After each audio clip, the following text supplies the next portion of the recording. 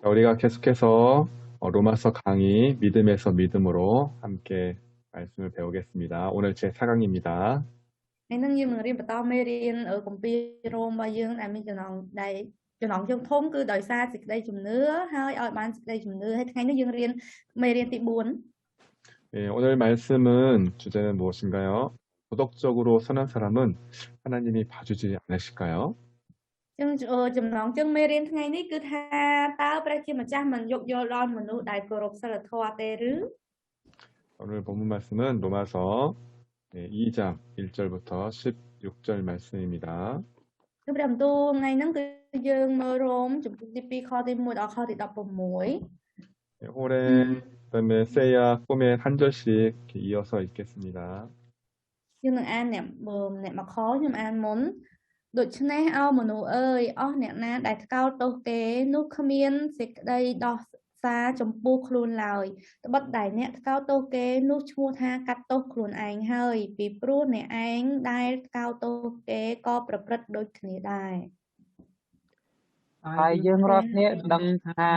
ចំណែកសេចក្តីជំនុំជម្រះរបស់ព្រះវិញនោះទៅនឹងសេចក្តីពិតសោះនឹងពួកអ្នកដែលប្រព្រឹត្តយ៉ាងនោះ មួយទៀតអើមនុស្សអើយអ្នកដែលថ្កោលទោសដល់អស់អ្នកដែលប្រព្រឹត្តការយ៉ាងនោះតែខ្លួនអ្នកក៏ប្រព្រឹត្តដូច្នោះដែរនោះតើអ្នកស្មានថាខ្លួនអ្នកនឹងរួចពីសេចក្តីជំនុំជម្រះរបស់ព្រះឬអី ឬអ្នកមើលងាយសេចក្តីសប្បុរសដ៏ឥតកណនាព្រមទាំងសេចក្តីទ្រាំទ្រនិងសេចក្តីអត់ធ្មត់របស់ទ្រង់ដោយមិនដឹងថាសេចក្តីសប្បុរសនៃព្រះទាញនាំឲ្យអ្នកបានប្រែចិត្តឬអី តែដោយអ្នករឹងរបង់ហើយមិនព្រមប្រែចិត្តសោះ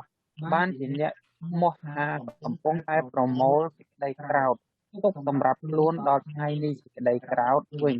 ជាថ្ងៃដែលសេចក្តីជំនុំជម្រះដ៏សុចរិតរបស់ព្រះនឹងសម្ដែងមក ដែលទ្រង់នឹងសងដល់គ្រប់គ្នាតាមអំពើដែលខ្លួនបានប្រព្រឹត្ត គឺជាជីវិតអស់កលជានិច្ចដល់ពួកអ្នកដែលរកសេរីល្អគេឈ្មោះនឹងសេចក្តីមិនពុករលួយដោយគេកាន់ខ្ជាប់ក្នុងការល្អ តែពួកអ្នកដែលតោះទទឹងមិនព្រមស្ដាប់តាមសេចក្តីពិតគឺស្ដាប់តាមតែសេចក្តីទុច្ចរិតវិញនោះនឹងបានសេចក្តីក្រោធនិងសេចក្តីពោលគឺ ជាសេចក្តីវេទនានិងសេចក្តីលំបាកនៅលើគ្រប់ទាំងព្រលឹងមនុស្សណាដែលប្រព្រឹត្តអំពើអាក្រក់មានសាសយូដាជាដើមនិងសាសក្រិចផង តែអស់អ្នកដែលប្រព្រឹត្តល្អនោះនឹងបានសេរីល្អគេឈ្មោះនឹងសេចក្តីសុខវិញក៏មានសាសយូដាជាច្រើននិងសាសក្រិចផង សា 11 បាត់ព្រះទ្រង់មិនយកយល់ខាងអ្នកណាសោះ ព្រោះអស់អ្នកណាដែលបានធ្វើបាបឥតស្គាល់ក្រឹតវិន័យនោះនឹងត្រូវវិនាសទៅឥតក្រឹតវិន័យដែរហើយអស់អ្នកណាដែលបានធ្វើបាបក្នុងបន្ទុកក្រឹតវិន័យនោះនឹងត្រូវក្រឹតវិន័យជំនុំជម្រះវិញ បាត់ពួកអ្នកដែលកាន់គ្រាន់តែស្ដាប់ក្រឹតវិន័យនោះមិនមែនឈ្មោះថាសុចរិតនៅចំពោះព្រះឡើយគឺបានរាប់ជាសុចរិតតែពួកអ្នកដែលប្រព្រឹត្តតាមក្រឹតវិន័យប៉ុណ្ណោះទេ ពីព្រោះកាលណាពួកសាសដទីដែលគ្មានក្រឹតវិន័យគេបានប្រព្រឹត្តតាមក្រឹតវិន័យទីប្រវេណីនោះពួកអ្នកដែលគ្មានក្រឹតវិន័យនោះឯងគេជាក្រឹតវិន័យដល់មនុស្សវិញ ដោយសម្ដែងថារបៀបក្រឹតវិន័យបានកត់ទុកក្នុងចិត្តគេហើយបញ្ញាចិត្តគេក៏ធ្វើបន្ទាល់ឲ្យហើយគំនិតគេជួនការប្រកាន់ទោសជួនការដោះសារគ្នាទៅវិញទៅមក គឺក្នុងថ្ងៃដែលព្រះទ្រង់នឹងជំនុំជម្រះអស់ទាំងការលាក់កំបាំងរបស់មនុស្សតាមដំណឹងល្អខ្ញុំដោយសារព្រះយេស៊ូវគ្រីស្ទ 아멘. 아멘. 자, 지난주에 배운 내용에서 하나님을 떠난 인간은 자신의 정욕대로 살아가면서 성적, 도덕적, 그리고 사회적인 불의를 행한다, 즉 죄를 짓는다고 하였습니다. ដូចជាសិតមុនយើងបានអត្ថន័យដែលយើងរៀនតែសិតមុនគឺថានៅពេលដែលមនុស្សរស់នៅតាមតែទង្វើទំនឹងចិត្តរបស់ខ្លួនឯងគេនឹងធ្លាក់ចូលក្នុងអំពើបាបហើយគេប្រព្រឹត្តអំពើខុសឆ្គងអំពើទុច្ចរិតតាក់ទងនឹងខាងផ្លូវភេទខាងសិលធម៌ខាងសង្គម 그러한 인간의 죄에 대해서 하나님의 진노가 임하는 것입니다. អញ្ចឹងហើយព្រះជាម្ចាស់មានសេចក្តីក្រោធចំពោះអំពើទុច្ចរិតរបស់ពួកគេ 그런데 때로는 하나님께서 악인들을 그냥 내버려 두시고 그들로 하여금 돈도 잘 벌고 또 성공하고 잘 살게 하는 것처럼 보일 때가 있습니다. ប៉ុន្តែពេលខ្លះយើងមានអារម្មណ៍ថាដោយព្រះជាម្ចាស់មិនខ្វល់ខ្វាយទុកពួកមនុស្សអាក្រក់ចោលទុកឲ្យពួកគេរស់លុយបានច្រើនពួកគេជោគជ័យពួកគេរស់នៅបានស្រួល 그러나 분명히 악인들은 자신들의 죄로 말미암아 고통을 받고 있고요. ប៉ុន្តែតាមពិតមនុស្សអាក្រក់ទាំងអស់ពួកគេកំពុងតែរងការឈឺចាប់ដោយសារអំពើបាបរបស់គេ 혹시 당장 벌을 받지 않는다 할지라도 하나님께서 심판날에 그 심판을 쌓아두시는 것입니다. អញ្ចឹងទោះបីជានៅពេលនេះមើលទៅហាក់ដូចជាគេមិនបានទទួលការទទួលទោសអ្វីក៏ដោយក៏ប៉ុន្តែព្រះជាម្ចាស់បានប្រមូលសេចក្តីទុច្ចរិតរបស់គេនោះក៏ទុករហូតដល់ថ្ងៃជំនុំជម្រះ 그럼 오늘 배울 내용은 그러면 정말 착한 사람 또 도덕주의적인 사람들은 하나님께서 어떻게 하시는지에 대해서 한번 살펴보겠습니다. អញ្ចឹងថ្ងៃហ្នឹងយើងនឹងមើលថាតើព្រះជាម្ចាស់ធ្វើយ៉ាងណាចំពោះអ្នកដែលគាត់គ្រប់សិលធម៌អ្នកដែលគាត់មើលទៅហាក់ដូចជាមនុស្សល្អ 예, 이 세상의 모든 사람들이 다 불의하게 즉 죄를 지으며 살아가는 것처럼 그렇게 보이진 않습니다. អញ្ចឹងយើងមើលមនុស្សលើโลกទាំងអស់មិនមែនសុទ្ធតែអ្នកមនុស្សគ្រប់គ្នាដែលសុទ្ធតែមនុស្សគ្រប់គ្នាមើលទៅហាក់ដូចជាមនុស្សមានបាបហាក់ដូចជាមនុស្សសុទ្ធតែប្រព្រឹត្តអំពើទុច្ចរិតទេ 도덕적인 의식이 뛰어난 사람들은 주변 사람들로부터 훌륭하다 그렇게 칭찬을 받습니다. ក៏ប៉ុន្តែសម្រាប់អ្នកដែលគាត់ឲ្យគាត់មានសិលធម៌គាត់គោរពសិលធម៌អញ្ចឹងអ្នកជំនាញគាត់នឹងមើលទៅគាត់ហាក់ដូចជាគាត់អស្ចារ្យហើយគេគោរពគាត់គេសរសើរគាត់ 이런 사람들은 도덕적인 양심이 높은 사람들, 즉 법이 없어도 살아갈 수 있는 사람들 그런 사람들이라고 할 수 있죠. អញ្ចឹងយើងអាចចាត់ទុកពួកគាត់គឺជាមនុស្សដែលមានក្រមសីលធម៌ខ្ពស់ហើយពួកគាត់នឹងទោះបីថានិយាយទៅបើថាអត់មានច្បាប់ក៏ពួកគាត់អាចរស់បានដោយមិនចាំបាច់មិនប្រព្រឹត្តអាក្រក់ដែរ 도덕주의자들은 불의한 자들, 즉 성적으로, 도덕적으로, 사회적으로 죄를 짓는 사람들을 보고 비판하고 정죄합니다. អញ្ចឹងពួកគាត់អ្នកដែលគាត់មានក្រមសីលធម៌ខ្ពស់ហ្នឹងគាត់ចូលចិត្តវាតម្លៃអ្នកដទៃគាត់ចូលចិត្តដាក់ទោសអ្នកដទៃអ្នកដែលគាត់ប្រព្រឹត្តសេចក្តីទុច្ចរិតតាក់ទងនឹងខាងផលភេទឬមកខាងសីលធម៌ឬមកខាងសង្គមអីហ្នឹងគាត់ចូលចិត្តវាតម្លៃគេ 그런데 성경은 로마서 2장 1절 말씀에 남을 판단한 자들이라 그렇게 이야기합니다. ក៏ប៉ុន្តែសម្រាប់ព្រះគម្ពីរវិញព្រះគម្ពីរហៅអ្នកដែលអស់នោះអ្នកដែលគាត់ដាក់ទោសគាត់ជាមនុស្សគ្រប់សីលធម៌ហើយកោតទោសគេហ្នឹងថាអោមនុស្សអើយអស់អ្នកដែលកោតទោសគេ 도덕주의자들은 도덕의식은 있지만 그들이 그렇게 똑같이 살지는 못합니다. ចឹងមានគម្ពីរនិយាយថាពួកគាត់ហ្នឹងស្គាល់ពីសីលធម៌ដឹងពីសីលធម៌តែតាមក៏ពិតពេលដែលគាត់រស់ពិតប្រាកដគាត់អត់បានរស់តាមសីលធម៌ពិតប្រាកដទេ 오늘 성경 본문에서 스스로 도덕적이라고 생각하는 사람들, 그 사람들이 하나님 앞에서 어떤 판단을 받는지에 대해서 말씀하고 있습니다. ចឹងនៅក្នុងព្រះបន្ទូលថ្ងៃហ្នឹងកំពុងតែប្រាប់យើងអំពី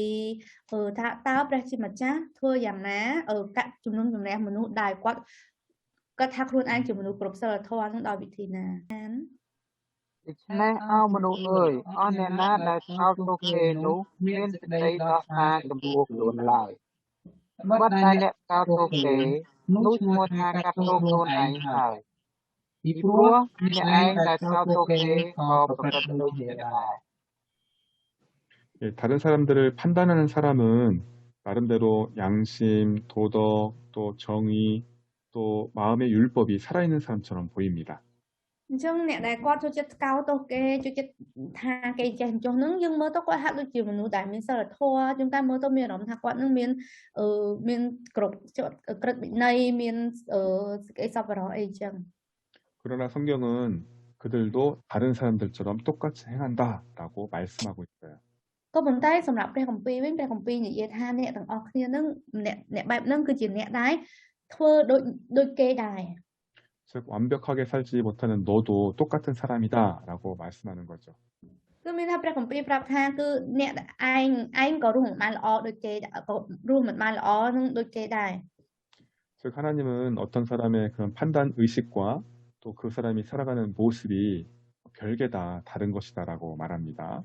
ក្នុងព្រះគម្ពីរកំពុងនិយាយថាមនុស្សយើងនឹងមនុស្សទាំងអស់គឺរស់នៅខុសពីការគិតរបស់ខ្លួនឯងគឺថាខ្លួនឯងគិតថាខ្លួនឯងល្អមែនក៏ប៉ុន្តែតាមពិតយើងរស់បានល្អចឹងទេ 어떤 사람이 정의를 외치고 다른 사람들의 잘못을 지적하지만 자신도 똑같은 잘못을 행한다는 것이죠. សម្រាប់អ្នកខ្លះគាត់ស្រែករឿងយុត្តិធម៌ហើយគាត់បន្ទោសអ្នកអតីមែនក៏ប៉ុន្តែតាមពិតគាត់ក៏កំពុងតែធ្វើអញ្ចឹងដែរ 어떤 사람이 내가 바람을 피면 로맨스지만 다른 사람이 바람을 피면 불륜이다 그렇게 말을 하는 것 같습니다. ព្រោះអ្នកខ្លះគាត់និយាយថាបើសិនជាគាត់នឹងទៅរកក្រៅបាត់ប្តីប្រពន្ធគាត់ទៅរកក្រៅអានឹងគឺជារឿងរ៉ូមែនទិកបើសិនជាអ្នកអតីធ្វើអញ្ចឹងអានឹងគឺជារឿងផិតក្បត់ 이런 사람은 겉과 속이 다른 사람입니다. អញ្ចឹងមនុស្សបែបហ្នឹងគឺជាមនុស្សដែលក្នុងចិត្តរបស់គាត់ហើយនឹងសម្បកក្រៅរបស់គាត់គឺខុសគ្នា 앞에서는 다른 사람들을 비판하면서 뒤에서는 자신도 똑같은 죄를 짓는 그런 모습인데 이게 바로 인간입니다. អញ្ចឹងពួកគាត់នឹងពួកគេរស់នៅសម្បកក្រៅក៏វាតម្លៃអ្នកអតីក៏ប៉ុន្តែខាងក្នុងវិញគឺធ្វើដូចគេដែរអាហ្នឹងឯងគឺជារូបរាងរបស់មនុស្សយើងសន្តានរបស់មនុស្សយើង 예, 그래서 도덕주의자들도 결국은 불순종하는 죄를 짓습니다. ដល់ពេលអញ្ចឹងហើយអ្នកដែលគាត់និយមគ្រប់សិលធម៌អ្នកដែលមានក្រមសិលធម៌ខ្ពស់ចុងក្រោយក៏ជាមនុស្សមានបាបដែរ 이것이 바로 예수님께서 말씀하신 다른 사람의 티는 볼 줄 알면서 자기 눈에 있는 들보는 보지 못하는 깨닫지 못하는 사람인 것이죠. អញ្ចឹងដូចក្នុងដូចគម្ពីរដូចព្រះយេស៊ូវបាននិយាយអញ្ចឹងគឺពួកគេគឺជាមនុស្សដែលមើលឃើញធ្នឹមនៅក្នុងមើលមិនឃើញធ្នឹមក្នុងផ្នែករបស់ខ្លួនឯងតែមើលឃើញរបស់ទូចនៅក្នុងផ្នែករបស់អ្នកអតីអញ្ចឹង 이를 설명하는 아주 좋은 예가 성경에 기록되어 있습니다. នៅក្នុងគម្ពីរបានមានកត់ត្រាពីរឿងរ៉ាវមួយដែលយើងអាចលើកជាឧទាហរណ៍យ៉ាងល្អចំពោះបញ្ហានេះ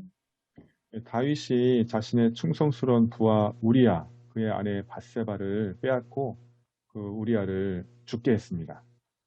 អញ្ចឹងសាច់ដាវីតណាគាត់មានអ្នកបម្រើរបស់គាត់នឹងគឺឈ្មោះអូរីជាអ្នកបម្រើស្មោះត្រង់របស់គាត់ក៏ប៉ុន្តែគាត់បានដណ្ដើមប្រពន្ធមកអ្នកបម្រើគាត់អូរីនឹងហើយបន្ទាប់មកសម្រាប់ប្តីគេចោល 그런데 다윗이 자신의 잘못을 깨닫지도 못하고 회개하지 않고 또 그러니까 하나님께서 다윗에게 나단 선지자를 보내셨어요. អញ្ចឹងហើយដាវីតគាត់ធ្វើខុសសាច់ដាវីតគាត់ធ្វើខុសអញ្ចឹងហើយតែគាត់អត់ប្រែចិត្តហើយគាត់ដឹងថានឹងជាអំពើបាបទេដល់ពេលហ្នឹងព្រះជាម្ចាស់ក៏ប្រទានហោរាទៅឲ្យគាត់ទៅជួបគាត់ 나단 선지자가 다윗 왕에게 왕이시여 어느 동네에 부자가 있었고 가난한 사람이 있었습니다. អញ្ចឹងបូជាចាព្យាការីហ្នឹងគឺហោរាហ្នឹងគាត់បានទៅជួបដាវីតហើយគាត់និយាយជារឿងនិទានមកថានៅក្នុងភូមិមួយហ្នឹងមានអ្នកមានម្នាក់ 부자는 양과 염소가 많았지만 가난한 사람은 양 한 마리밖에 없었어요. មានអ្នកមានម្នាក់នឹងអ្នកក្រម្នាក់ហើយអ្នកមានហ្នឹងគាត់មានជាមច្រើនណាហើយជាមនឹងប្រប៉ែច្រើនណាក៏ប៉ុន្តែអ្នកក្រគាត់មានកូនជាមតែមួយគាត់ 가난한 사람은 그 양 한 마리를 자기 딸처럼 정말 아끼고 소중하게 여기면서 키웠습니다. អញ្ចឹងអ្នកក្រហ្នឹងគាត់មានកូនជាមតែមួយហ្នឹងអញ្ចឹងគាត់ស្រឡាញ់កូនជាមហ្នឹងដូចស្រឡាញ់កូនស្រីគាត់អញ្ចឹង 그런데 어느 날 부자에게 손님이 한 명 찾아오자 그 부자가 가난한 사람의 그 양을 빼앗아서 그것을 잡아먹었습니다. ក៏ប៉ុន្តែថ្ងៃមួយនៅពេលនៅផ្ទះរបស់អ្នកមានហ្នឹងមានភ្ញៀវមកលេងអញ្ចឹងអ្នកមានហ្នឹងក៏ទៅចាប់កូនជាមតែមួយរបស់អ្នកក្រហ្នឹងយកទៅធ្វើម្ហូបឲ្យភ្ញៀវញ៉ាំ 나단 선지자가 말을 마치자 다윗 왕이 화를 내면서 그런 놈은 당장 잡아 죽이라고 이렇게 소리쳤습니다. ពេលហ្នឹងដាវីតក៏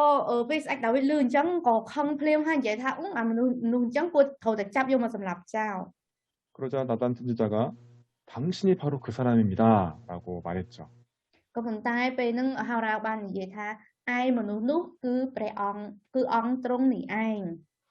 다윗 자신은 남의 아내를 빼앗고 또 그 남편까지 우리아까지 죽였으면서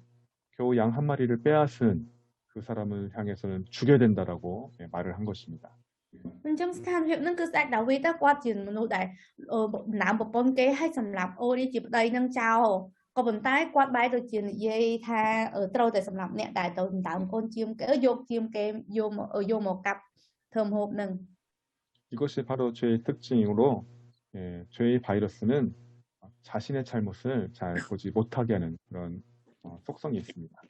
អានឹងជាចំណុចពិសេសនៃអំពើបាបគឺថានៅមេរោគអំពើបាបហ្នឹងវាធ្វើឲ្យមនុស្សយើងមើលមិនឃើញអំពើបាបរបស់ខ្លួនឯងទេ 다른 사람의 죄는 너무나 잘 보이는데 그 동일한 잣대로 자기를 잘 보지 못하는 것입니다. ចឹងមនុស្សយើងមើលឃើញកំហុសរបស់គេច្បាស់ណាក៏ប៉ុន្តែយើងមើលឃើញកំហុសខ្លួនឯងមិនពេកទេ 결국 이것은 도덕주의자들 역시 죄에 감염되었다는 것을 보여주는 것입니다. អញ្ចឹងហើយការអាទង្វើហ្នឹងឯងតែបញ្ជាក់ប្រាប់យើងថាសូម្បីតែមនុស្សដែលគោរពសិលធម៌មានក្រមសិលធម៌ខ្ពស់ហ្នឹងក៏ជាមនុស្សមានបាបដែរ 그래서 성경은 도덕주의자들의 실성에 대해서 다음과 같이 말씀합니다. trongក្នុងព្រះគម្ពីរបានប្រាប់យើងអំពីស្ថានភាពជាក់ស្ដែងផងមនុស្សដែលមានក្រមសិលធម៌ខ្ពស់ហ្នឹង 로마서 2장 4절 꾸면 읽어주세요. យើងមើលគម្ពីរគូមែនជួយអាន ឬអ្នកមើលងាយសេចក្តីសប្បុរសដ៏ឥតកតញ្ញូព្រមទាំងសេចក្តីទ្រាំទ្រនិងសេចក្តីអត់ធន់របស់ទ្រង់ដោយមិនដឹងថាសេចក្តីសប្បុរសនៃព្រះទាញនាំឲ្យអ្នកបានប្រែចិត្តឬអី 그들은 도덕적인 양심과 의식이 살아있어서 양심이 찔리지만 고집을 부리며 회개는 하지 않는다는 것을 말합니다. អញ្ចឹងវាពួកគាត់នឹងពេលដែលគាត់ដោយសារគាត់មានក្រមសីលធម៌អញ្ចឹងជួនកាលគាត់មានមនសិការរបស់គាត់មានអារម្មណ៍ថាគាត់រៀងដឹងដែរក៏ប៉ុន្តែតាមគាត់ពិតគាត់រឹងទទឹងហើយគាត់មិនប្រែចិត្តទេ 오히려 하나님의 그 인자심을 이용해서 자신은 마치 죄인이 아닌 것처럼 그렇게 위선을 떨고 다른 사람들을 판단하고 정죄해야 합니다. ផ្ទុយទៅវិញគាត់បានពួកគេនឹងគឺជាមនុស្សដែលចូលចិត្តវាតម្លៃអ្នកអតីតហើយយកអាបញ្ហាយកខ្លួនឯងនឹងខ្ពស់ជាងអ្នកអតីត 우리는 이러한 모습이 결코 그리스도인의 모습이 아니라는 것을 우리가 기억해야 합니다. អញ្ចឹងហើយអ្វីដែលយើងត្រូវតែចាំគឺថាសម្រាប់ពួកយើងជាគ្រីស្ទានយើងមិនត្រូវធ្វើបែបហ្នឹងទេ 성경은 우리에게 다른 사람의 잘못을 보면 어떻게 하라고 가르치나요? អញ្ចឹងសួរថាតើព្រះគម្ពីរបរៀនយើងថាម៉េចឲ្យយើងធ្វើដូចម្ដេចនៅពេលដែលយើងឃើញអ្នកដទៃមានកំហុស 세야 갈라디아서 6장 1절이요. សូមសេហាជួយអាន អោបងប្អូនអើយបើបានតន់ឃើញមនុស្សណាធ្វើខុសអ្វីនោះអ្នករាល់គ្នាដែលដើរដោយព្រះវិញ្ញាណចូលតម្រង់អ្នកនោះដោយចិត្តសុភាពព្រមទាំងប្រយ័ត្នខ្លួនឯងផងប្រែងត្រូវសេចក្តីល្បួងដែរ 자신의 잘못을 돌아보는 사람이 거듭난 사람, 즉 신령한 사람의 태도입니다. អញ្ចឹងការដែលឃើញអ្នកដែលឃើញកំហុសរបស់ខ្លួនឯងអ្នកនឹងគឺជាមនុស្សដែល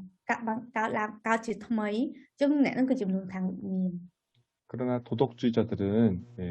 자신을 거짓으로 속이고 또 의로운 척하는 사람들입니다. ក៏ប៉ុន្តែសម្រាប់អ្នកដែលគាត់មានក្រមសីលធម៌ខ្ពស់ហ្នឹងក៏ប៉ុន្តែពួកគាត់នឹងតាមពិតជាមនុស្សកុហកខ្លួនឯងហើយធ្វើដូចជាសុចរិតអញ្ចឹង 그러면 성경에서 이 도덕주의자들을 향한 결론은 심판이라고 말합니다. អញ្ចឹងក្នុងអំពីនិយាយថាអ្នកដែលគាត់និយមគោរពសិលនិយមយកសិលធម៌ដាក់មុខហ្នឹងគឺលទ្ធផលចុងក្រោយរបស់គាត់គឺសេចក្តីជំនុំជម្រះ 성경은 도덕주의자들에 대해서 다음과 같이 결론을 내립니다. នៅក្នុងអំពីបាននិយាយពីលទ្ធផលនៃពួកអ្នកមនុស្សបែបហ្នឹងដូចនេះ 꾸민 읽어주세요. គូមែនជួយអាន តែដោយអ្នករឹងរបឹងហើយមិនព្រមប្រែចិត្តសោះបានជាអ្នកឈ្មោះថាកំពុងតែប្រមូលសេចក្តីក្រោធទុកសម្រាប់ខ្លួនឯងដល់ថ្ងៃនៃសេចក្តីក្រោធវិញជាថ្ងៃដែលសេចក្តីជំនុំជម្រះដ៏សុចរិតរបស់ព្រះនឹងសម្ដែងមក 회개하도록 주신 그 기회가 시간이 오히려 진노를 쌓는 시간이 되고 또 어느 날 갑자기 하나님의 진노가 심판이 임한다는 것입니다. អញ្ចឹងពេលវេលាដែលព្រះជាម្ចាស់ប្រទានឲ្យពួកគេទុកពេលឲ្យពួកគេដើម្បីប្រែចិត្តហ្នឹងក៏ដាក់បាយទៅជាពេលវេលាហ្នឹងខាជាពេលវេលាដែលធ្វើឲ្យកំហឹងរបស់ព្រះជាម្ចាស់រត់តែគោគឺតែច្រើនទៅហើយដល់ថ្ងៃណាមួយពួកគេត្រូវឈរនៅចំពោះមុខការជំនុំជម្រះរបស់ព្រះជាម្ចាស់ 다른 사람의 그 잘못을 도덕적으로 판단하는 사람들은 하나님의 심판 아래 놓여 있습니다. អ្នកដែលវាតម្លៃអ្នកអតីតអ្នកដែលផ្ដោតកោតទោសអ្នកអតីតនឹងចុងក្រោយនឹងត្រូវស្ថិតនៅក្រោមការជំនុំជម្រះរបស់ព្រះជាម្ចាស់ 로마서 2장에 이 심판이라는 단어가 5번이나 나옵니다. នៅក្នុងគម្ពីរនៅក្នុងជំពូកទី2រ៉ូមជំពូកទី2ហ្នឹងគឺពាក្យថាជំនុំជម្រះមានដល់ទៅ5ដង 이것은 심판이 반드시 있다는 것을 의미하는 것이죠. អញ្ចឹងវាបញ្ជាក់ប្រាប់យើងថាសេចក្តីជំនុំជម្រះរបស់ព្រះជាម្ចាស់ប្រកាសជាកើតមានមែន 그런데 성경은 불신자들뿐만 아니라 그리스도를 믿는 신자들도 하나님의 심판대 앞에 선다라고 그렇게 말씀하고 있습니다. ក៏ប៉ុន្តែព្រះគម្ពីរក៏ប្រាប់យើងដែរថាមិនមែនអ្នកដែលមិនជឿព្រះជាម្ចាស់ទៅឈរនៅមុខការជំនុំជម្រះរបស់ព្រះអង្គទេសូម្បីតែអ្នកជឿដូចពួកយើងក៏ត្រូវតែឈរនៅមុខចំពោះការជំនុំជម្រះរបស់ព្រះដែរ 세야 សូមសញ្ញាជួយ ដូច្នេះហេតុអ្វីបានជាអ្នកមានទេចំពោះបងប្អូនខ្លួនឬមើងងាយដល់បងប្អូនខ្លួនពីព្រោះយើងទាំងអស់គ្នាត្រូវឈរនៅមុខទីជំនុំជម្រះរបស់ផងព្រះគ្រីស្ទ 예, 꼬멘 ត្បិតយើងទាំងអស់គ្នាត្រូវទៅនៅមុខទីជំនុំជម្រះរបស់ព្រះគ្រីស្ទដើម្បីឲ្យគ្រប់គ្នាបានទទួលតាមការដែលបានធ្វើពីការនៅក្នុងរូបកាយរៀងខ្លួនទោះល្អឬអាក្រក់ក្តី 예, 그러면 심판의 날에 하나님은 어떤 기준으로 우리를 심판하실까요? ដូច្នេះសួរថានៅថ្ងៃជំនុំជម្រះតើព្រះជាម្ចាស់នឹងជំនុំជម្រះយើងដោយផ្អែកលើបទដ្ឋានអ្វីមានថាតើព្រះអង្គនឹងជំនុំជម្រះយើងដោយប្រើស្តង់ដារបែបណា 하나님께서 심판날에 우리 인간을 보는 기준은 우리 사람의 그런 도덕적인 기준, 그런 판단력이 아닙니다. យើងនៅថ្ងៃជំនុំជម្រះព្រះអង្គមិនកាត់ទោសយើងមិនជំនុំជម្រះយើងដោយមើលលើក្រមសីលធម៌របស់យើងឬមួយក៏មើលលើសមត្ថភាពក្នុងការវិតម្លៃរបស់យើងទេ 하나님께서는 우리가 어떻게 살았는지 그 삶의 모습을 보십니다. ប៉ុន្តែព្រះជាម្ចាស់មើលយើងថាតើយើងបានរស់ដោយរបៀបណាមើលលើស្ថានភាពរស់នៅជាក់ស្ដែងរបស់យើងតែម្ដង 로마서 2장 6절 នៅក្នុងគម្ពីរខទី6 ជាការអ៊ីគឺកែវ 네. ដែលទ្រង់នឹងសងដល់គ្រប់គ្នាតាមអំពើដែលខ្លួនបានប្រព្រឹត្ត 그러면 하나님의 심판대 앞에서 영생을 얻는 사람들은 누구일까요? អញ្ចឹងសួរថាអ្នកដែលនៅចំពោះសេចក្តីជំនុំជម្រះរបស់ព្រះជាម្ចាស់ហើយទទួលបានជីវិតអស់កលគឺជាមនុស្សបែបណា 2장 7절 នៅក្នុងខទី7បានប្រាប់យើង គឺជាជីវិត គឺជាជីវិតអស់កលជានិច្ចដែលពួកអ្នកដែលរកសេរីល្អគេឈ្មោះនិងសេចក្តីមិនពុករលួយដោយគេកាន់ខ្ជាប់ការក្នុងការល្អ 여기서 우리가 오해해서는 안 될 것이 한 가지 있는데 하나님께서 우리의 행위를 보고 구원하신다는 것은 아닙니다. trongចំណុចហ្នឹងយើងអ្វីដែលយើងមិនត្រូវយល់ច្រឡំគឺថាមិនមែនព្រះអង្គមើលលើទង្វើមើលលើការប្រព្រឹត្តរបស់យើងតែមួយមុខមើលលើការប្រព្រឹត្តរបស់យើងហើយធ្វើការជំនុំជម្រះរឿងយើងទេ 우리가 로마서 처음부터 끝까지 보면 알겠지만 그래서 영생을 얻을 자는 믿음을 가진 사람을 뜻합니다. បើសិនជាយើងមើលព្រះគម្ពីររ៉ូមតាំងពីដើមដល់ចប់យើងនឹងអាចដឹងថាអ្នកដែលអាចទទួលបានជីវិតអស់កលជានិច្ចគឺជាអ្នកដែលមានក្តីជំនឿ 믿는 자는 인내하고 또 선을 행하고 또 영광과 존귀에 썩지 아니할 것들, 즉 하나님의 나라를 구하는 사람들을 뜻합니다. អញ្ចឹងអ្នកដែលជឿព្រះជាម្ចាស់អ្នកដែលទទួលបានជីវិតអស់កលនឹងគឺជាអ្នកដែលរកសេរីល្អមានអ្នកប្រព្រឹត្តល្អគាត់មានគេឈ្មោះល្អគាត់មិនរកអ្វីដែលពុករលួយហើយគាត់ប្រកាន់ខ្ជាប់នៅក្នុងការល្អអញ្ចឹងមានថាអ្នកដែលស្រឡាញ់ព្រះជាម្ចាស់ 하나님께서는 그런 자들에게 믿는 자들에게 영생을 주신다고 약속하셨습니다. គឺព្រះជាម្ចាស់បានសន្យាថាព្រះអង្គនឹងប្រទានជីវិតអស់កលដល់អ្នកដែលជឿព្រះអង្គគឺអ្នកដែលប្រព្រឹត្តបែបនេះឯង 그러면 누가 하나님의 진노를 받게 되는 것일까요? ចឹងសួរថាតើអ្នកណានឹងទទួលបានសេចក្តីក្រោធពីព្រះជាម្ចាស់ 2장 8절 ខទី8 តែពួកអ្នកដែលស្ដោះទទឹងមិនព្រមស្ដាប់តាមសេចក្តីពិតឬស្ដាប់តាមតែសេចក្តីទុច្ចរិតវិញនោះនឹងបានសេចក្តីក្រោធនិងសេចក្តីខូចគឺ 악인들은 이렇게 말합니다. 야, 여러 사람들이 동의하면 그게 진린 것이야. 그렇게 말하죠. ចឹងមនុស្សអាក្រក់ហ្នឹងគាត់តែងតែនិយាយថាឲ្យតែអ្នកគ្រប់គ្នាគេយល់ព្រមហើយអ្នកគ្រប់គ្នាគេគិតថាអញ្ចឹងត្រូវវាប្រកាសត្រូវហើយវាគឺគាត់ជាសេចក្តីពិតទេ 하나님은 그들의 그런 불의를 보시고 그들을 심판하시는 것입니다. តែព្រះជាម្ចាស់នឹងជំនុំជម្រះពួកគេដោយមើលលើសេចក្តីទុច្ចរិតរបស់ពួកគេ 그럼 여러분, 선과 악의 기준은 무엇으로 나누는 것일까요? ចឹងសួរថាតើមានបទដ្ឋានអ្វីតើមានស្តង់ដារអ្វីដែលបែងចែកអំពើល្អនិងអំពើអាក្រក់អ្វីជាអំពើល្អនិងអ្វីជាអំពើអាក្រក់ទៅ 종교인들은 그들만의 그런 기준, 법이 있습니다. សម្រាប់អ្នកដែលគេគោរពសាសនាគេមានច្បាប់គេមានទម្លាប់របស់គេ 그런데 교회 다니지 않는 사람들은 나는 교회도 다니지 않는데 왜 그런 하나님의 법으로 나를 심판하십니까? 그렇게 반문할 수 있습니다. ចឹងអ្នកដែលអត់ជឿព្រះជាម្ចាស់ពួកគេបន្តព្រះវិហារពួកគេក៏អាចសួរវិញថាខ្ញុំអត់ជឿព្រះជាម្ចាស់ខ្ញុំអត់ស្គាល់ព្រះជាម្ចាស់ខ្ញុំអត់ស្គាល់ច្បាប់ផងហេតុអ្វីបានជាយកច្បាប់នឹងយកមកវាតម្លៃខ្ញុំយកមកជំនុំជម្រះខ្ញុំ 성경은 그에 대해서 다음과 같이 말씀하고 있습니다. តែព្រះគម្ពីរបានបកស្រាយបានឆ្លើយនឹងចម្លើយរបស់ពួកគេដូចនេះថា 2장 1절 ខ្ញុំអាននោះគ្មានសេចក្តីដោះសារចំពោះខ្លួនឡើយត្បិតតែអ្នកកោតទោសគេនោះឈ្មោះថាកាត់ទោសខ្លួនឯងហើយពីព្រោះអ្នកឯងដែលកោតទោសគេក៏ប្រព្រឹត្តដូចគ្នាដែរ 사람들이 하나님을 믿지 않아도 즉 율법을 알지 못해도 이미 하나님께서 그들 양심에 율법을 새겨주셨기 때문에 그들은 본능적으로 율법을 그의 일을 행한다는 것입니다. អញ្ចឹងមានន័យថាទោះបីជាគេអត់ជឿព្រះជាម្ចាស់ក៏ដោយក៏ប៉ុន្តែតាមក៏ពិតព្រះអង្គបានដាក់ក្រឹតវិន័យនៅក្នុងចិត្តរបស់ពួកគេគ្រប់គ្នាទាំងអស់មនុស្សយើងទាំងអស់សិតតែដឹងពីរបៀបដឹងពីក្រឹតវិន័យទាំងអស់នៅក្នុងចិត្តរបស់យើងអញ្ចឹងហើយបានជាព្រះជាម្ចាស់ចឹងមិនពួកគេអាចប្រព្រឹត្តតាមទង្វើតាមក្រឹតវិន័យដោយអត់ដឹងខ្លួន 네, 꼬멘 2장 14절 15절이요. ពីព្រោះកាលណាពួកសាសដតីដែលគ្មានក្រឹតវិន័យគេបានប្រព្រឹត្តតាមក្រឹតវិន័យពីបវេណីនោះពួកដែលគ្មានក្រឹតវិន័យនោះឯងគេជាក្រឹតវិន័យដល់ខ្លួនគេវិញដោយសម្ដែងថារបៀបក្រឹតវិន័យបានកត់ទុកក្នុងចិត្តគេហើយបញ្ញាចិត្តគេក៏ធ្វើបន្តឲ្យហើយគំនិតគេជួនការប្រកាន់ទោសជួនការដោះសារគ្នាទៅវិញទៅមក 네, 하나님을 믿지 않는 사람들이 심판날에 저는 몰랐어요. 그렇게 해도 주님께서는 그가 남을 판단했다는 그것을 기억나게 해주실 것입니다. អញ្ចឹងនៅពេលដែលនៅថ្ងៃជំនុំជម្រះនៅពេលអ្នកដែលគាត់ជឿព្រះអង្គគាត់អាចនិយាយថាខ្ញុំអត់ដឹងថាធ្វើអញ្ចឹងខុសទេក៏ប៉ុន្តែព្រះជាម្ចាស់ពេលហ្នឹងព្រះអង្គនឹងធ្វើឲ្យពួកគេនឹកឃើញនៅពេលវេលាដែលពួកគេធ្លាប់វាតម្លៃអ្នកអតីតធ្លាប់ជំនុំធ្លាប់កោតទោសអ្នកអតីតហ្នឹងឲ្យគេនឹកឃើញឡើងវិញ 그래서 하나님의 심판날에 심판을 받을 때 그 누구도 어떤 말로도 항변을 하지 못한다는 것입니다.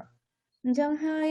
ចឹងមាននៅថ្ងៃជំនុំជម្រះគ្មាននរណាម្នាក់មានលេសអាចនិយាយតវ៉ាជាមួយព្រះអង្គបាន 자, 결론. 우리가 기억해야 될 것이 3가지가 있습니다. ចឹងយើងសរុបសេចក្តីមកមាន3យ៉ាងដែលយើងត្រូវតែចងចាំ 첫 번째는 하나님의 심판은 분명히 있다는 것입니다. ទី1គឺថាការជំនុំជម្រះរបស់ព្រះជាម្ចាស់ពិតជានឹងមានមែន 하나님께서는 우리가 행한 대로 산 대로 심판하신 날에 다시요. 하나님께서는 우리가 산 대로 심판하시는 그날이 분명히 온다는 것입니다. ចឹងមានន័យថាវានឹងមានថ្ងៃណាមួយដែលព្រះជាម្ចាស់នឹងដាក់ទោសយើងនឹងជំនុំជម្រះយើងតាមការរស់នៅរបស់យើង 그날에 우리가 삶으로 쓴 그 책이 하나님 앞에서 열릴 것입니다. អញ្ចឹងនៅពេលនោះនឹងមានសភៅមួយក្បាលដែលកត់ត្រាអំពីជីវិតរបស់យើងវាបើកចំហបើកនៅចំពោះមុខយើង 그 책에는 사람들이 은밀하게 행한 모든 죄들이 자세하게 다 기록되어 있습니다. ចឹងនៅក្នុងសភៅហ្នឹងសិតបានកត់ត្រារាល់ទង្វើទាំងអស់ដែលយើងបានធ្វើសូម្បីទង្វើហ្នឹងគឺជាទង្វើដែលយើងធ្វើដោយលាក់កំបាំងក៏ដោយគឺបានកត់ត្រាយ៉ាងលម្អិតនៅក្នុងសភៅហ្នឹង 우리가 다른 사람 모르게 행했던 모든 말 한마디 하나 또 행동 하나하나가 다 심판을 받을 것입니다. អញ្ចឹងហើយទង្វើឬមួយក៏ពាក្យសម្ដីណាមួយដែលយើងនិយាយដោយអត់មានអ្នកណាដោយអត់ឲ្យគេដឹងឲ្យគេឮហ្នឹងក៏មានកត់នៅក្នុងហ្នឹងហើយយើងនឹងត្រូវជំនុំជម្រះអំពីសេចក្តីទាំងអស់នោះ 마태복음 12장 36절이요. យើងមើលក្នុងអំពីម៉ាថាយជំពូកទី12ខទី36ខ្ញុំអានហើយខ្ញុំប្រាប់អ្នករាល់គ្នាថានៅថ្ងៃជំនុំជម្រះនោះមនុស្សលោកនឹងត្រូវរៀបរាប់ប្រាប់អស់ទាំងហេតុនៃពាក្យឥតប្រយោជន៍ដែលគេបាននិយាយ 네, 두 번째는요.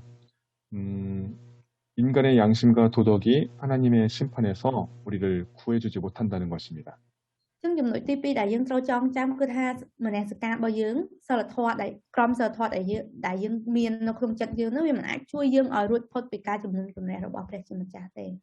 네, 우리 인간은 너무나 큰 죄인이기 때문에 우리가 배우는 도덕과 그런 윤리는 우리를 죄에서 이기게 하지 못합니다. 우리를 선을 행하면서 살게 하지 못합니다. អញ្ចឹងដោយសារតែយើងជាមនុស្សបាបធំពេកដល់ពេលអញ្ចឹងហើយក្រមសិលធម៌អ្វីដែលយើងបានដឹងនឹងវាអាចជួយយើងឲ្យទទួលបានសេចក្តីសង្គ្រោះហើយគឺនិយាយទៅវាអាចជួយយើងឲ្យយើងអាចប្រព្រឹត្តអំពើល្អបានទេ 네, 세 번째는 오직 복음만이 인간을 죄에서 구원하고 또 선을 행할 수 있는 힘을 줍니다. នឹងចំណុចទី3ដែលយើងត្រូវចងចាំគឺថាមានតែដំណឹងល្អប៉ុណ្ណោះដែលអាចសង្គ្រោះមនុស្សពីអំពើបាបហើយធ្វើឲ្យមនុស្សប្រព្រឹត្តអំពើល្អ 계속해서 배우겠지만 복음만이 인간을 죄에서 구원합니다. 그리고 죄를 이기게 하고 선을 행할 수 있도록 합니다. យើងនឹងនៅតែរៀនបន្តពីចំណុចហ្នឹងគឺថាមានតែដំណឹងល្អដែលអាចជួយសង្គ្រោះមនុស្សយើងបានហើយធ្វើឲ្យមនុស្សយើងយកឈ្នះអំពើបាបបានហើយឲ្យយើងអាចប្រព្រឹត្តអំពើល្អបាន 우리가 심각하게 오해하는 한 가지가 있는데 우리가 예수님 믿으면 구원받는다, 천국 간다 이것만 생각합니다. ពួកយើងតែងតែមានការយកច្រឡំមួយដោយសារយើងគិតយើងគ្រាន់តែគិតថានៅពេលយើងជឿព្រះយេស៊ូវយើងទទួលបានសេចក្តីសង្គ្រោះហើយយើងនឹងឡើងឋានសួគ៌ 물론 이것이 맞는 말이긴 하지만 반절만 맞습니다. 온전한 복음은 아닙니다. ប៉ុន្តែតាមពិតពាក្យហ្នឹងក៏ពាក្យត្រូវដែរក៏ប៉ុន្តែវាមិនបានគ្រប់វាបានមកកណាត់ទេមកកណាត់មកទេដំណឹងល្អវាបានពាក់កណ្ដាលតែនៃដំណឹងល្អប៉ុណ្ណោះ 온전한 복음은 우리가 예수님을 믿으면 예수님께서 우리를 구원해 주시고 죄 용서 받을 뿐만 아니라 우리로 하여금 죄를 이기게 해 주십니다. អញ្ចឹងដំណឹងល្អដែលគ្រប់លក្ខណៈហ្នឹងគឺមានថានៅពេលយើងជឿព្រះអង្គយើងទទួលបានការលើកលែងទោសមិនត្រឹមតែយើងទទួលបានការលើកលែងទោសទេគឺព្រះអង្គនឹងជួយឲ្យយើងបានយកឈ្នះអំពើបាបរបស់យើង 네, 주님께서 성령님을 우리에게 보내주셔서 우리로 하여금 육신과 죄를 이기고 그리고 선을 행할 수 있도록 하나님의 말씀을 지켜 행할 수 있도록 힘을 주십니다. អញ្ចឹងព្រះជាម្ចាស់ព្រះអង្គម្ចាស់បានប្រទានព្រះវិញ្ញាណបរិសុទ្ធឲ្យមកក្នុងយើងហើយព្រះអង្គនឹងជួយយើងឲ្យយើងយកឈ្នះអំពើបាបនឹងហើយធ្វើឲ្យយើងអាចគោរពក្រឹតវិន័យបានអាចធ្វើល្អបាន 그래서 바울은 그리스도인들을 향해서 참을 줄 알고 선을 행할 줄 알고 또 신령한 하늘의 것을 쫓는 사람들이다라고 표현한 것입니다. អញ្ចឹងហើយបានលោកប៉ូលបាននិយាយថាពាក្យថាគ្រីស្ទៀនគ្រីបរិស័ទនឹងគឺជាអ្នកដែលចេះអត់ធ្មត់ហើយអ្នកដែលស្វែងរកអ្វីនៅឋានសួគ៌នៅនគរឋានសួគ៌វិញ 여러분 그리스도는 완전한 사람이 아닙니다. អញ្ចឹងគ្រីស្ទៀនមិនមែនជាមនុស្សដែលល្អឥតខ្ចោះទេ 그리스도인은 삶의 목표가 바뀐 사람들입니다. ក៏ប៉ុន្តែគ្រីស្ទៀនគឺជាមនុស្សដែលផ្លាស់ប្ដូរទិសដៅជីវិតរបស់ខ្លួនឯង 이전에는 세상의 것을 쫓았다면 지금은 하늘의 것을 쫓는 사람들인 것이죠. អញ្ចឹងមានថាពីមុនបើសិនពីមុនគេជឿព្រះយេស៊ូវគេគឺជាមនុស្សដែលស្វែងរកដែលស្វែងរកចង់បានតែរបស់នៅលើលោកីយ៍នេះក៏ប៉ុន្តែនៅពេលជឿព្រះយេស៊ូវយើងខ្លាចគ្រីស្ទៀនគឺអ្វីយើងស្វែងរកគឺជារបស់ដែលនៅនគរឋានសួគ៌វិញ 즉 삶의 방향이 바뀌고 또 삶의 목표가 바뀐 사람들이 그리스도인입니다. អញ្ចឹងនិយាយទៅគឺមានន័យថាគ្រីស្ទៀនគឺជាអ្នកដែលផ្លាស់ប្ដូរគោលដៅជីវិតទិសដៅជីវិតរបស់ពួកគេ 여러분 내가 그리스도인이라고 하는데 내가 예수님을 믿는데 아직도 나의 삶의 이유와 목적과 방향이 바뀌지 않았다면 자기 자신의 믿음을 한번 돌이켜봐야 합니다.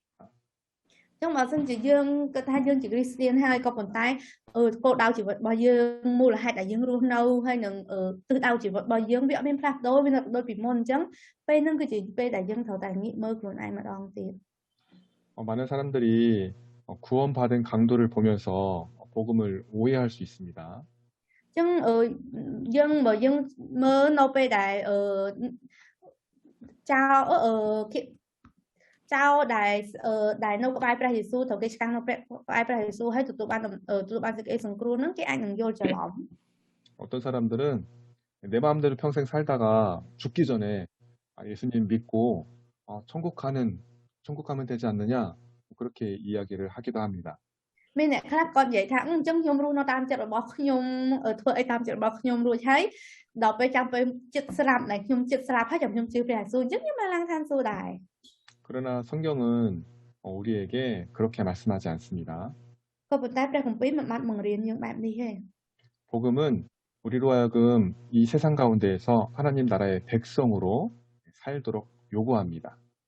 ប៉ុន្តែព្រះគម្ពីរទាមទារឲ្យពួកយើងរស់នៅធ្វើជារាជរបស់ព្រះជាម្ចាស់រាជនៃនគរព្រះជាម្ចាស់នៅពេលដែលយើងរស់នៅលើផែនដីនេះ 하나님께서 우리를 구원하신 목적은 물론 천국에 가는 것도 있지만 우리가 이 땅에서 참고 또 선을 행하고 그리고 하나님 나라의 가치를 구하면서 살기를 원하십니다. អញ្ចឹងការដែលទៅនគរឋានសួគ៌ក៏ជាមូលហេតុក៏ជាគោលដៅនៃការសង្គ្រោះដែរក៏ប៉ុន្តែព្រះជាម្ចាស់សង្គ្រោះយើងគឺមានគោលដៅផ្សេងពីហ្នឹងទៀតគឺថាចង់ឲ្យយើងរស់នៅជាអត់ធ្មត់ចេះប្រព្រឹត្តអំពើល្អហើយស្វែងរកអ្វីដែលជាតម្លៃនៃនគរឋានសួគ៌ក្នុងពេលដែលយើងរស់នៅលើលោកីយ៍នេះ 그러므로 우리가 하나님 앞에서 거룩하게 살아가는 그 이유 한 가지는 복음입니다. អញ្ចឹងហើយការទង្វើដែលបរិសុទ្ធបំផុតដែលយើងអាចធ្វើនៅចំពោះមុខព្រះជាម្ចាស់គឺមានតែមួយគត់ដែលអាចឲ្យយើងធ្វើនៅចំពោះមុខព្រះជាម្ចាស់គឺមានតែមួយគត់គឺដំណឹងល្អ 여러분 우리가 성경을 읽고 하나님을 믿지만 잘못 믿으면 안 됩니다. អញ្ចឹងពួកយើងអានព្រះគម្ពីរពួកយើងជឿព្រះជាម្ចាស់ក៏ប៉ុន្តែបើសិនយើងជឿខុសក៏មិនបានដែរតែខាត់មិនបានទេ 우리가 성경을 제대로 읽어야 되고 복음을 제대로 깨닫고 제대로 믿어야 됩니다. អញ្ចឹងយើងត្រូវតែអានគម្ពីរឲ្យត្រឹមត្រូវយើងត្រូវតែជឿឲ្យត្រឹមត្រូវយើងត្រូវទទួលឲ្យត្រឹមត្រូវ 우리가 예수님을 믿는 것은 예수님이 믿고 천국 가야지 그것만 있는 것이 아니라 우리가 이 땅에서 살아가면서 하나님의 백성으로 살기를 하나님께서 원하신다는 것입니다. អញ្ចឹងមានថាមិនមែនយើងជឿព្រះយេស៊ូវដើម្បីឡើងឋានសួគ៌ឬមួយចេះជឿព្រះអង្គហើយយើងឡើងឋានសួគ៌ទេតែព្រះជាម្ចាស់ចង់ឲ្យយើងជឿព្រះអង្គហើយយើងបានរស់នៅយ៉ាងបរិសុទ្ធនៅក្នុងលោកីយ៍នេះដែរ 여러분 이 사실을 꼭 기억하고 우리가 믿음 안에서 살아가기를 예수님의 이름으로 축복합니다. អញ្ចឹងខ្ញុំសង្ឃឹមថាទាំងអស់គ្នាចង់ចាំចំណុចនេះហើយជួយពួកទាំងអស់គ្នាក្នុងព្រះនាមព្រះអង្គម្ចាស់ព្រះយេស៊ូវគ្រីស្ទឲ្យទាំងអស់គ្នាបានរស់នៅក្នុងដំណឹងល្អ 아멘. 아멘. 기도하겠습니다. អធិដ្ឋាន 사람들은 나쁜 사람이 벌을 받는 것은 당연하지라고 생각합니다. មនុស្សគ្រប់គ្នាគិតថាមនុស្សអាក្រក់គួរត្រូវតែទទួលទោស 그리고 생각하기를 그럼 착한 사람들은 지옥에 보내면 안 되지 않나? 또 그렇게 생각을 하죠. ហើយពួកគេក៏គិតថាអញ្ចឹងសម្រាប់មនុស្សល្អបើមិនគួរទៅឋាននរកទេ 그러나 모든 사람은 도덕적인 기준을 완벽하게 지킬 수 있는 그런 존재가 아닙니다. ក៏ប៉ុន្តែសម្រាប់មនុស្សយើងគឺយើងមិនមែនជាសភាវៈដែលអាចគ្រប់គ្រងដែលអាចគ្រប់គ្រងសិលធម៌បានទាំងអស់នោះទេ 도덕적인 사람들의 말과 가르침은 대단해 보여도 그들이 말한 대로 그렇게 다 살지 못합니다.